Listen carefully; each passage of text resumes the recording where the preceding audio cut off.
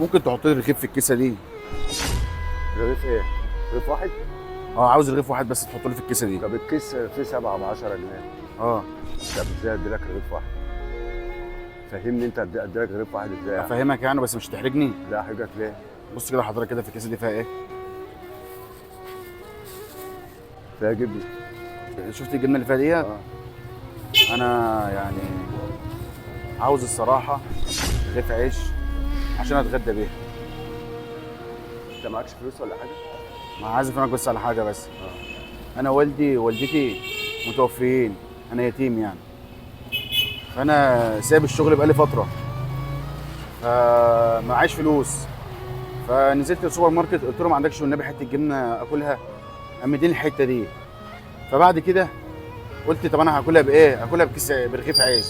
لقيت حضرتك قدامي فقلت له اخد منك رغيف عشان بس اتغدى بيه، بس اسد بيه